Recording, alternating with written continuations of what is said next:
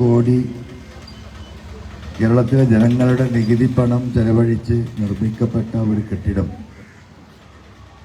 അത് ഉദ്ഘാടനം ചെയ്തിട്ട് മാസങ്ങൾ കടന്നുപോയി.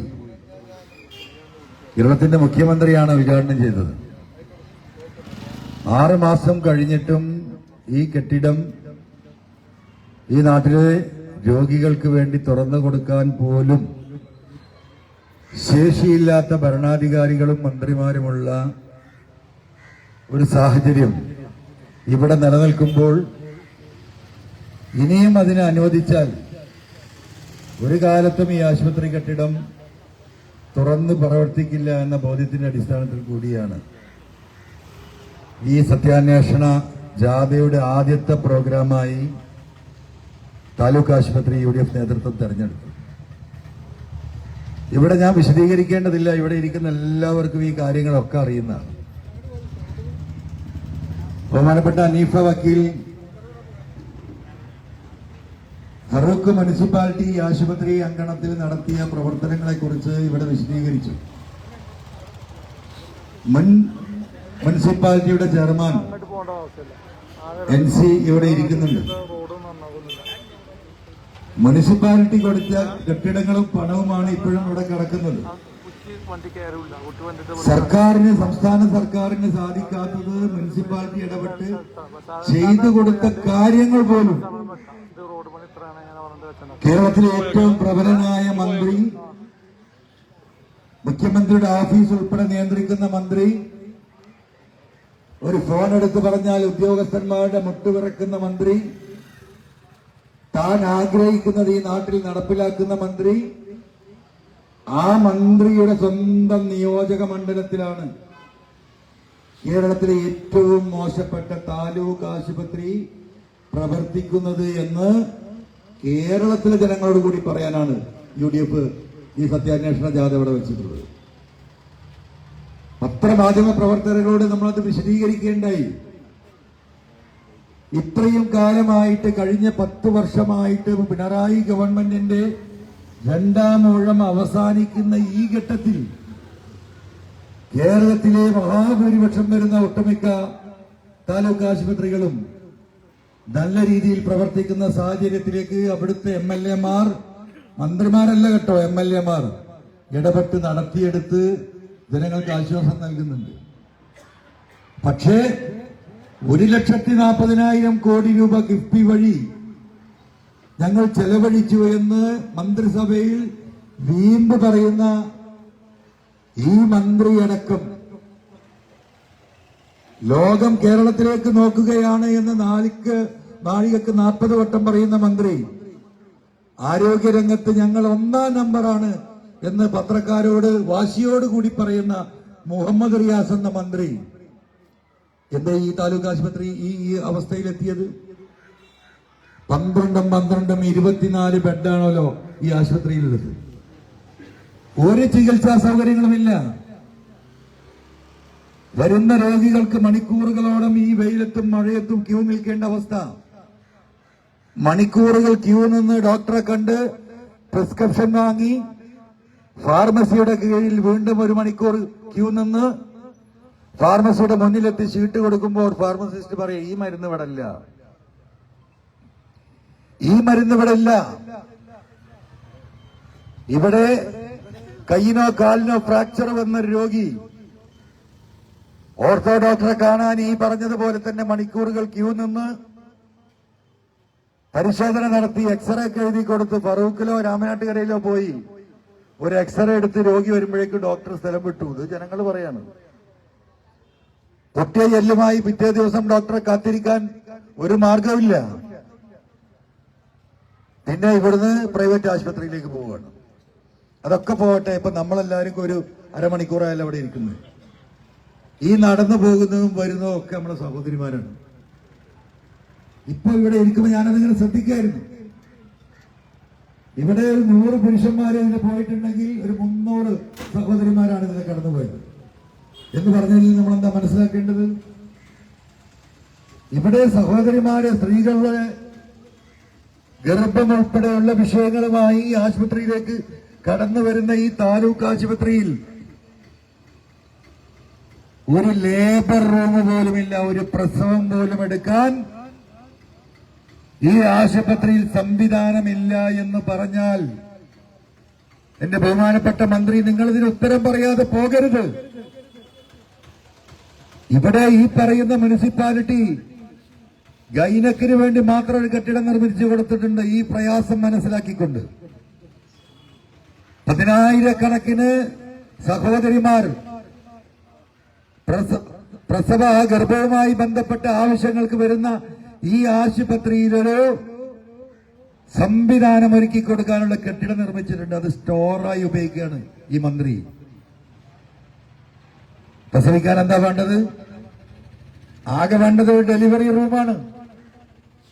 ഒരു 100 സ്ക്വയർ ഫീറ്റിലെ റൂം, അതിൽ പ്രസവിക്കാൻ കിടത്തുന്ന ഒരു ടേബിള്, ഒരു ഡോക്ടർ, ഒരു നഴ്സ്, ഇത്രേ ആവശ്യമുള്ളൂ. പണ്ട് നമ്മുടെ നാട്ടിലൊക്കെ ആരാ പ്രസവം എടുത്തിരുന്ന? വീട്ടുകാരാണ്. ഞാൻ താമസിക്കുന്ന ഒരു മലയോര മേഖലയിലാണ്. ആ കുന്നമ്പുറത്ത് അന്നുണ്ടാവുന്ന എല്ലാ പ്രസവം എടുക്കാൻ ഉമ്മയാ പോവുക. ഒരു സർവീസ് എന്ന നിലക്ക് നമ്മുടെ നാട്ടിലൊക്കെ ഇത് തന്നെയായി നടന്നിരുന്നത്. ഈ ആശുപത്രി സംവിധാനമൊക്കെ വന്നിട്ട് കാലം എത്രയായി? പ്രസവം എന്ന് പറയുന്നത് ഒരു നോർമൽ പ്രോസസ്സാണ്. അതൊരു രോഗമല്ല, അതൊരു ആശ്വാസമാണ്. അതിനുപോലെ ഒരു സംവിധാനം ഒരുക്കാൻ ഈ കെട്ടിടമടക്കം ഇവിടെ നിർമ്മിച്ച് ഈ മുനിസിപ്പാലിറ്റി കൊടുത്തിട്ട് അതിനാവശ്യമായ ഒരു ഡോക്ടറെയും 2 നഴ്സുമാരെയും ഇവിടെ അപ്പോയിന്റ് ചെയ്യാൻ പോലും ഈ ബഹുമാനപ്പെട്ട മന്ത്രി മനസ്സ് കാണിച്ചില്ല. മനസ്സ് കാണിക്കാത്താട്ടോ, മന്ത്രിക്ക് ശേഷിയില്ലായിട്ടല്ല. മന്ത്രിക്ക് ശേഷിയില്ല എന്ന് ഞാൻ പറയില്ല. മുഖ്യമന്ത്രിയോടൊപ്പം നാട് ഭരിക്കുന്ന മന്ത്രിയാണ്. ഇപ്പൊ തന്നെ നോക്കൂ നിങ്ങൾ, ആരോഗ്യ വകുപ്പ് മന്ത്രിയുമായുള്ള ശ്രീ മുഹമ്മദ് റിയാസിന്റെ അടുപ്പവും വിശ്വാസവും അറിയണമെങ്കിൽ ഇപ്പൊ മന്ത്രിക്ക് വേണ്ടി സഭയിൽ മറുപടി പറഞ്ഞുകൊണ്ടിരിക്കുന്നത് വീണ ജോർജ. മന്ത്രിസഭയിലില്ലല്ലോ. പിണറായി ഗവൺമെന്റിന്റെ അവസാനത്തെ നിയമസഭാ സമ്മേളനം നടക്കുമ്പോ എല്ലാ MLA-മാരും ഈ ബഡ്ജറ്റിൽ അവനവന്റെ ആവശ്യങ്ങളും പെൻഡിങ്ങിലുള്ള കാര്യങ്ങളും സർക്കാരിനെ ബോധ്യപ്പെടുത്താൻ സഭയ്ക്കുള്ളിൽ പോരാട്ടം നടത്തുന്ന അവസാന യുദ്ധത്തിലാണ്. അവിടെ മന്ത്രിയില്ല. 3 ആഴ്ചയായി സഭാ സമ്മേളനം തുടങ്ങിയിട്ട് 3-4 ദിവസം മന്ത്രി പോയത്. മന്ത്രി എവിടെയാ? മന്ത്രി ഇവിടെ ഉണ്ട്, ഈ നാട്ടിൽ കൂടെ നടക്കുകയാണ്. ഇതുവരെ ഭൂമിക്ക് ഇറങ്ങിയിട്ടില്ലായിരുന്നു എന്നാ ജനം പറയുന്നത്. ആകാശയാത്ര, ആകാശ വിമാനം, സീപ്ലെയിന്, സ്പീഡ് ബോട്ട്, മുമ്പ് കടലിലും ആകാശത്തുമായിരുന്നു. ഭൂമിക്ക് ഇറങ്ങിയിട്ടില്ല. ഇപ്പൊ എന്തേ ഭൂമിയിലേക്ക് ഇറങ്ങിയത്? ആരാ ഇറക്കിയത്? ജനങ്ങളല്ലേ. അപ്പൊ ഇത്രയും ശേഷിയുള്ള മന്ത്രി നിയമസഭയിൽ പോലും പോകാതെ, സാധാരണ മന്ത്രിമാർ സഭ നടക്കുമ്പോൾ ഹാജരാകാൻ സാധിച്ചിട്ടില്ലെങ്കിൽ ചോദ്യങ്ങൾക്ക് ഉത്തരം നൽകാൻ ഏറ്റവും വിശ്വസ്തനായ ഒരു മന്ത്രിയാണ് ഏൽപ്പിക്കുക. അത് വിശ്വാസ്യതയുടെ പ്രശ്നം കൂടിയല്ലുണ്ട്. പലതരത്തിലുള്ള ചോദ്യങ്ങൾ വരും. ഈ മന്ത്രി ആരെ ഏൽപ്പിച്ചത്? വീണ ജോർജിനെയാണ്. അപ്പൊ അത്രയും വിശ്വാസവും ബന്ധവുമുള്ള മന്ത്രിയാ. ഒരു ഫോൺ ചെയ്താൽ 2 സിസ്റ്റർമാരാണ് പറഞ്ഞേക്കണേ, ഫറൂഖ് എന്റെ നാട്ടുകാർക്ക് പ്രസവം എടുക്കാൻ 2 സിസ്റ്റർമാര് വേണമെന്ന ഇന്ന് പറഞ്ഞാൽ നാളെ കിട്ടും. കിട്ടൂലേ? കിട്ടൂല്ലെങ്കിൽ മന്ത്രി പറയണം. കിട്ടില്ലെങ്കിൽ മന്ത്രി പറയണം. അനങ്ങിയിട്ടില്ല. ഒരു താലൂക്ക് ആശുപത്രി വികസന നായകന്റെ കേരളത്തിൽ അഭിമാനകരമായ വികസനം നടത്തിയെന്ന് PR ടീം കൊട്ടിഘോഷിക്കുന്ന മന്ത്രിയുടെ നാട്ടിലെ താലൂക്ക് ആശുപത്രിയുടെ കഥയെ നമ്മൾ ഈ പറഞ്ഞുകൊണ്ടിരിക്കുന്നത്. ഒരു ബ്ലഡ് ബാങ്ക് ഇല്ല, ഒരു കാർഡിയോളജിസ്റ്റ് ഇല്ല ഇവിടെ. നിങ്ങളൊന്ന് ആലോചിച്ചു, ഒരു കാർഡിയോളജിസ്റ്റ്. നെഞ്ഞുവേദന വന്നാൽ പറവുകാരെ സ്ഥിതി എന്താ? മരിച്ചു വീഴുക, അല്ലാതെ ഒരു മാർഗമില്ല. ഒരു മാർഗമില്ല. ഇവിടെ ഒരു ആംബുലൻസ് ഉണ്ടായിരുന്ന കാർഡിയോളജി ഇല്ല. നെഞ്ഞുവേദനയായിട്ട് വരുന്നവനെ നോക്കാൻ ആളില്ലെങ്കിൽ വന്നവനെ അടുത്ത ആശുപത്രിക്ക് എത്തിക്കാനുള്ള വണ്ടിന്റെ പേരാണ് ആംബുലൻസ്. അതുണ്ടോ അവിടെ? അവിടെ ഉണ്ടോ? അതില്ല എന്ന് മനസ്സിലാക്കിയിട്ട് മന്ത്രി ഇടപെടായിട്ട് ഈ നാട്ടിൽ നിന്ന് വോട്ട് വാങ്ങി ജയിച്ച രാഘവൻ MP 10-25 ലക്ഷം കൊടുത്ത് ആധുനിക സംവിധാനമുള്ള ഒരു ആംബുലൻസ് കൊടുത്തു താലൂക്ക് ആശുപത്രിക്ക്. അതെവിടെ? എന്റെ ഓട്ടോറിക്ഷ സുഹൃത്തുക്കളൊക്കെ അവിടെ നിൽക്കണ്ടല്ലോ. നിങ്ങൾ എന്നും ഈ നാട്ടിലെ മനുഷ്യന്മാരാണല്ലോ, ഇതിന് ചുറ്റുപാടില്ലല്ല. എവിടെ ആംബുലൻസ്? ആരാ കൊണ്ടുപോയത്? ഇത് അങ്ങോട്ടാ പോയത്? അതൊരു ചെറിയ ആക്സിഡന്റ് ആയി. അന്ന് ആ കെയർ ഓഫിൽ അത് മൂലക്കലാക്കി. പിന്നെ ആംബുലൻസ് ആർതാ വരിക എന്നുള്ളത് ഞാൻ പറയണ്ടല്ലോ. അപ്പൊ ഒരു ആംബുലൻസ് ഒരു MP ഒരു താലൂക്ക് ആശുപത്രിയിൽ കൊടുത്തിട്ട് അതൊരു ആക്സിഡന്റിൽ പെട്ട് പ്രയാസപ്പെട്ട് മൂലക്കലായിട്ട് അതുപോലും നന്നാക്കാൻ വികസന നായകന് ഒഴിവില്ല. ഞങ്ങൾ എന്താ ഇതിങ്ങനെ പറയുന്ന അറിയോ? ഞങ്ങള് ഇങ്ങനെ പറയേണ്ടി വരുന്നതിൽ ഞങ്ങൾക്ക് വിഷമമില്ലായിട്ടല്ല, പക്ഷെ പറയിപ്പിക്കണം. വാർത്തകൾ തുറന്നാൽ എന്താ സ്ഥിതി? ബേപ്പൂരങ്ങാടി, ബേപ്പൂർ മണ്ഡലത്തെ സിംഗപ്പൂർ, ദുബായ് അല്ലട്ടോ, അതിന് മേലെ സിംഗപ്പൂരാക്കി എന്നാണ് ഈ PR വരുന്നത്. ഇതന്വേഷിച്ച് വന്ന് ബേപ്പൂർ നഗരം ഷൂട്ട് ചെയ്യാൻ വേണ്ടി വന്ന പലരും അതിലെ മുഴുവൻ അന്തപ്പെട്ട് നടന്നിട്ട് അന്വേഷിക്കുക, എവിടെ ബേപ്പൂര്, എവിടെ ബേപ്പൂര്. കാരണം ഒരു നഗരം പ്രതീക്ഷയല്ലേ വരുന്നത്. അപ്പൊ ഇങ്ങനെ പറഞ്ഞ അവിടുന്ന് ഒരാൾ പറഞ്ഞു കൊടുത്തു, നേരെ മീൻചന്തം ചോദിച്ചു നേരെ പോയാല് ഈ റോഡ് അവസാനിക്കുന്നിടത്ത് ഒരു ആൽമരം നിൽക്കുന്നുണ്ട്. അവിടെ റൗണ്ട് അബൌട്ട് ഉണ്ട്. അവിടെ ഓംലെറ്റ് അടിക്കണ 2-3 പെട്ടിപ്പീടി ഉണ്ടാവും. അതാണ് ബേപ്പൂര്. അതല്ലേ? ഇതല്ലേ ബേപ്പൂര്? 1400 രാജ്യത്തിന്റെ ഭൂപടത്തിൽ, ലോകത്തിന്റെ ഭൂപടത്തിൽ മറൈൻ മാപ്പിൽ രേഖപ്പെടുത്തപ്പെട്ട ബേപ്പൂര് തുറമുഖം എന്താ സ്ഥിതി? എവിടെ തൊഴിലാളികൾ? എന്തെങ്കിലും ഏർപ്പാട് അവിടെ നടക്കുന്നുണ്ടോ? ഉണ്ടായിരുന്ന കപ്പലുകൾ മുഴുവൻ തിരിച്ചുപോയി. ഈ പറയപ്പെടുന്ന മന്ത്രിക്ക് ഒരു ക്രെയിൻ വാങ്ങിക്കൊടുക്കാൻ കഴിഞ്ഞോ ആ സ്ഥലത്ത്? ഈ പോർട്ടിൽ ഈ ഉരുവിലും ചെറുകപ്പലിലും വരുന്ന സാധനങ്ങൾ ഇറക്കാൻ 2 ക്രെയിനുമാണ്. നിങ്ങൾ ഇപ്പൊ യൂട്യൂബൊക്കെ ഉള്ളതുകൊണ്ട് അടിച്ചു നോക്കി അങ്ങനെ കാണാം. ടെക്ക് എന്ന് പറഞ്ഞ് എടുത്തു വെക്കുന്ന ക്രെയിനുള്ള കാലാണ്. 27-28 ടൺ ഉണ്ടാവും ഒരു കണ്ടെയ്നർ. അത് തൂക്കാൻ ശേഷിയുള്ള ഒരു ക്രെയിനില്ല. എന്നിട്ട് മയ്യത്തങ്ങാട്ടിൽ എടുക്കണ മാതിരി 2 തലക്കല് 2 ക്രെയിന് കെട്ടി തൂക്കാണ്. ഞാൻ അവിടെ തൊഴിലാളികളോട് ചോദിച്ച് അന്വേഷിച്ചപ്പം പറഞ്ഞ് 50 കൊല്ലത്തിലേറെ പഴക്കുണ്ട് ക്രെയിനിന്. മന്ത്രിനെക്കാളും വയസ്സില്ല ക്രെയിന്. എവിടെ? ബേപ്പൂർ തുറമുഖത്തെ. ഞാൻ ഈ പറഞ്ഞ മന്ത്രി സാധാരണ മന്ത്രിയല്ല. കപ്പലുകൾ തിരിച്ചു പോവുകയാണ്, വരുന്നില്ല. ഒരു സാധനം ലോഡ് ചെയ്ത് വരുന്ന കപ്പല് അത്രയും സ്പീഡിൽ ആ സാധനം ഇറക്കി, ഒരു ദിവസം കൊണ്ട് സാധനം ഇറക്കി പിറ്റേ ദിവസം അവിടെ നിന്നുള്ള സാധനം കയറ്റി കപ്പല് പോകും. ഇറക്കാൻ തന്നെ 2 ദിവസം 3 ദിവസം വേണം, കയറ്റാനും വേണം 2 ദിവസം 3 ദിവസം. എന്ന് പറഞ്ഞാൽ 2 ദിവസം കൊണ്ട് നടക്കേണ്ട കാര്യം 6 ദിവസം കൊണ്ട് നടക്കുന്നില്ല. ഈ 6 ദിവസം കപ്പലിന്റെ അവിടെ വാടകയും കൊടുത്ത് ഇതിന്റെ മലയാളി കാത്തുക്കോ, വിട് വണ്ടിയായിരുന്നു അടുത്ത സ്ഥലത്തേക്ക് പോകും. ഇടപെട്ടോ. എന്താ പോർട്ടിൽ ചെയ്ത വികസനം? പോർട്ടിൽ ഇപ്പൊ നിങ്ങൾ ആരെങ്കിലും പോയി ഇപ്പൊ അടുത്ത കാലത്ത് പോയിട്ടുണ്ടെങ്കിൽ നിങ്ങൾക്ക് മനസ്സിലാവും. ഞാൻ പോയി കഴിഞ്ഞ ആഴ്ച. ആകെ 100 തൊഴിലാളികളാണുള്ളത്. ഞാൻ 7ാം ക്ലാസ്സിൽ പഠിക്കുന്ന കാലത്ത് സ്കൂളിൽ നിന്ന് ബേപ്പൂർ തുറമുഖം കാണാൻ ടൂർ കൊടുക്കുന്നതാണ് സത്യത്തിൽ ഞാൻ അന്നടെ പോകുമാലോചിച്ചത്. അന്ന് ബേപ്പൂർ അങ്ങാടിയിൽ കാല് കുത്താൻ കഴിയില്ല, ജനത്തിരക്കുണ്ട്. അത്രയും തൊഴിലാളികളും സംവിധാനം, ഉരുണ്ടാക്കണവരും കയറ്റിയാക്കണവരും വരുന്നവരും മീനും ഈ പറയുന്ന ലക്ഷദ്വീപിക്ക് പോണ ഈ പറയുന്ന ഭക്ഷണ സാധനങ്ങളും കാലിയും ആടും പോത്തും ഇങ്ങനെ അത്ര 24 മണിക്കൂറും.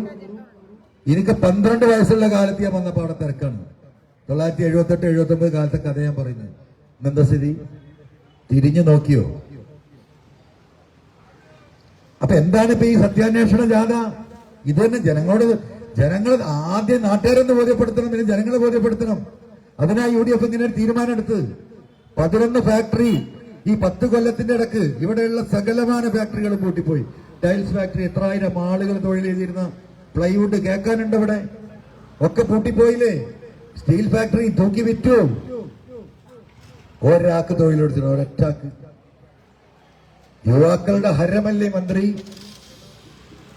ജൻസിനെ ജനറേറ്റ് ചെയ്യുന്ന മന്ത്രിയല്ലേ? ഈ ജൻസിക്ക് ഒരാൾക്ക് പണിയെടുത്തോ? ഈ നിയോജക മണ്ഡലത്തിൽ ഒന്ന് കാണിക്കട്ടെ മന്ത്രി. ഇത് പോണ് ഏഷ്യൻ ട്രാൻസ്പോർട്ട് സ്നേഹധീര ഭവനം. ആർക്കാ മുടക്ക്? പാവപ്പെട്ട രോഗിയൊക്കെയല്ലേ?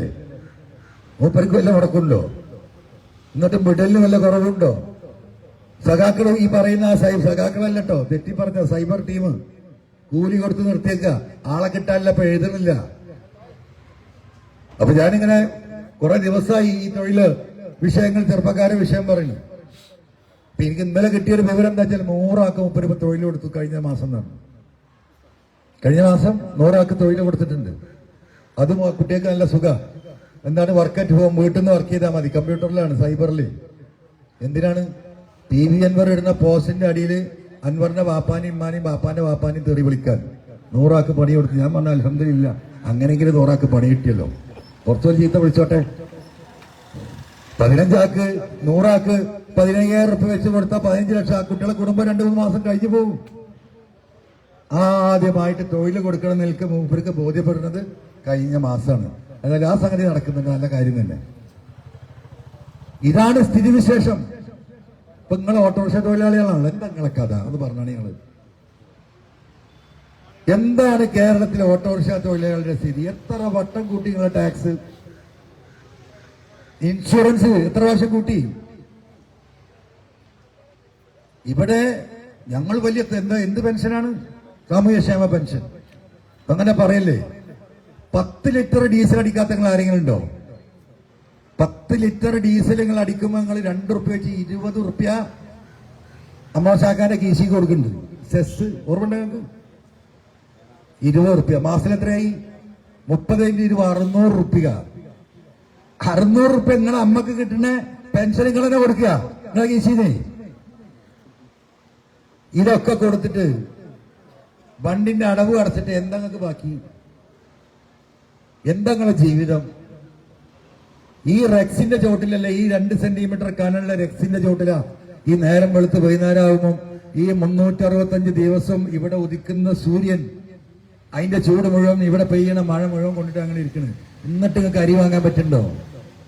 അരി വാങ്ങാൻ നിങ്ങൾക്ക് പറ്റുണ്ടോ? എവിടെ നിങ്ങളെ ക്ഷേമനിധി? നിങ്ങളൊക്കെ പൈസ അടക്കണ്ടല്ലോ. ക്ഷേമനിധി നിങ്ങൾ വല്ല പൈസയും ചോദിച്ചിട്ട് എന്താ 5 പൈസ കിട്ടിയണോ? ആ 537 കോടി റുപ്യയും ഇപ്പൊ ഓഡിറ്റ് റിപ്പോർട്ട് വന്നാണ് മൂക്കിൽ വലിച്ചു പിണറായി. നിങ്ങൾ അധ്വാനിച്ച് ഈ വെയിൽ കൊണ്ടുണ്ടാക്കുന്ന പൈസ എന്താന്നിട്ട് നിങ്ങൾക്ക് മനസ്സിലാവാത്തത്? ജീവിക്കാൻ വല്ല മാർഗമുണ്ട്? ആർക്കാണ് കൂട്ടർ ഈ നാട്ടിൽ ജീവിക്കാൻ സാധിക്കുക? ഏത് തൊഴിലാളിക്കാ? ഏത് ഈ പറയുന്ന സ്വയം തൊഴിലെടുക്കുന്നവനാ? ഇപ്പൊ ജാഥ നടത്തിപ്പോയല്ലോ, വികസന ജാഥ. എന്റെ ശബ്ദം കേൾക്കുന്ന പ്രിയപ്പെട്ട സഖാക്കൾ ഉണ്ടെങ്കിൽ നിങ്ങൾ ആ പ്രസംഗം തൊട്ട് കേൾക്കൂ. നിങ്ങൾ മന്ത്രിന്റെ എവിടെയെങ്കിലും ഒരു സ്ഥലത്ത് കേരളത്തിലെ തൊഴിലാളികളെ കുറിച്ച് ഒരു വാക്ക് തൊഴിലാളി 4 അക്ഷരം പറയുന്നുണ്ടോ ഈ മന്ത്രി? ഇവരാരെങ്കിലും പറയുന്നുണ്ടോ? ഇതാണ് സ്ഥിതി. ഇതാണ് പിണറായിസം. ഈ കൊള്ളയടി, ഈ തൊഴിലാളികളെ, പാവപ്പെട്ടവരെ, ഇടത്തരക്കാരെ ഈ കൂട്ടാൻ എന്തെങ്കിലും ഫീസ് ബാക്കിയുണ്ടോ? എന്തിനാ കൂട്ടണത്? 4ാം വാർഷികത്തിന് 300 കോടി റുപ്യ ചെലവഴിച്ചത് എന്തിന്? പോസ്റ്റർ അടിക്കാൻ, ആകാശത്തേക്ക് ഈ ബലൂൺ വിടാൻ. 400 കോടി നിങ്ങൾ കൊടുത്ത ടാക്സാ. ഇവിടെ ഈ പൂരപ്പറമ്പിൽ ഇവിടെ നടത്തി 25 കോടി റുപ്യയാണ് ഈ ബേപ്പൂർ ഫെസ്റ്റ് എന്ന് പറയുന്ന 4 പൂരത്തിന് ഈ ടൂറിസം മന്ത്രി ചെലവഴിച്ചിട്ടുള്ളത്. അതിൽ 2 കോടി റുപ്യ ഉണ്ടെങ്കിൽ ഈ ആശുപത്രി മര്യാദയ്ക്ക് നടക്കൂലേ? നിങ്ങൾ ആലോചിച്ച് നോക്ക്. അപ്പൊ എന്താ അറിയോ? ഇത് ഉള്ളത്തട്ടണം ഈ മനുഷ്യന്റെ ഗതികേട്. ഈ സാധുവൊക്കെ ഇപ്പൊ എവിടുന്നോ ബസ് ഇറങ്ങി ഓട്ടോറിക്ഷ നടന്ന് ഭയങ്കി വരികയാണ്. ഏട്ടന്റെ പേരെന്താ? എന്താ നിങ്ങൾക്ക് വിഷമം? ഡോക്ടറെ കാണാനല്ലേ? പോയൊക്കെ ഉണ്ടോ നമുക്കറിയാം. ആ വെയിലുള്ളിൽ ബാക്കിയിട്ടു. ഇതാണ് സ്ഥിതി. ഞാൻ സാധു കുറെ നേരം ക്യൂക്കും. അവിടെ ചെല്ലുമ്പോ എന്താ പറയാ, ചിലപ്പോ ഡോക്ടർ ഉണ്ടാവില്ല. ഞാൻ ഡോക്ടർ ഉണ്ടെങ്കിൽ നോക്കി പരിശോധിച്ചില്ല, അവിടെ മരുന്ന് ഉണ്ടാവില്ല. ഇനിയിപ്പോ മരുന്നുണ്ടെങ്കിലോ ഫാർമസിസ്റ്റും ഉണ്ടാവില്ല. മനസ്സിലായില്ലേ? സംഗതി നടക്കൂല. ഇതാണ് സ്ഥിതി. ഇതിനാണ് ഈ വോട്ടും ചോദിച്ചിട്ട് നടക്കുന്നത്. അതുകൊണ്ട് ജനങ്ങളിത് തിരിച്ചറിയും. ഈ രോഗത്തിന്റെ പേര് പിണറായിസം എന്ന് ഞാൻ പറഞ്ഞതിന് എന്റെ നെഞ്ഞത്ത് കയറിയിട്ട് ഒരു കാര്യമില്ല. മനസ്സിലായില്ലേ? ശബരിമലക്കും കൊള്ളടിക്കും ബാക്കിക്കൊന്നും ഞാൻ പോകണില്ല. കാരണം വെയിൽ നല്ല ചൂടുണ്ട്. എന്താ ഞാൻ നിർത്തിയാ പോകനി വിചാരിച്ച് നിൽക്കുകയല്ല. അതുകൊണ്ട് ഞാൻ അവസാനിപ്പിക്കുകയാണ്. ഇത് ജനം തിരിച്ചറിയും. അത് തിരിച്ചറിയണം. ഈ നാടിന്റെ മനുഷ്യരുടെ വികാരം അറിയുന്ന, അവരുടെ വിഷമം അറിയുന്ന, അവരുടെ പ്രയാസങ്ങൾ അറിയുന്ന, അവരുടെ നിത്യജീവിതം മുന്നോട്ട് കൊണ്ടുപോകാനുള്ള വഴികൾ തേടുന്ന ഒരു ഗവൺമെന്റ് ഈ നാട്ടിൽ തിരിച്ചു വരണം. അതിനാണ് ഈ സത്യാന്വേഷണ ജാഥ ഈ മണ്ഡലത്തിന്റെ ഇതുപോലെയുള്ള സർക്കാർ സ്ഥാപനങ്ങളിൽ അവിടുത്തെ അവസ്ഥ കണ്ട് പഠിച്ച് മനസ്സിലാക്കി ജനങ്ങളുടെ മുന്നിൽ എത്തിക്കുന്നത്. അതുകൊണ്ട് പ്രിയമുള്ളവരെ, ഞാൻ അവസാനിക്കുകയാണ്. ഈ പരിപാടിയിൽ, ഈ ധർണയിൽ പങ്കെടുത്ത മുഴുവൻ ആളുകൾക്കും, കേൾവിക്കാരായി ഇവിടെ നിന്ന മുഴുവൻ ജനങ്ങളോടും സ്നേഹപൂർവ്വം നിങ്ങളോടുള്ള നന്ദിയും ബഹുമാനവും ആദരവും സ്നേഹവും അറിയിച്ചുകൊണ്ട് ഈ ധർണ ഉദ്ഘാടനം ചെയ്തതായി അറിയിച്ചുകൊണ്ട് ഞാൻ നിർത്തുന്നു. നന്ദി, നമസ്കാരം.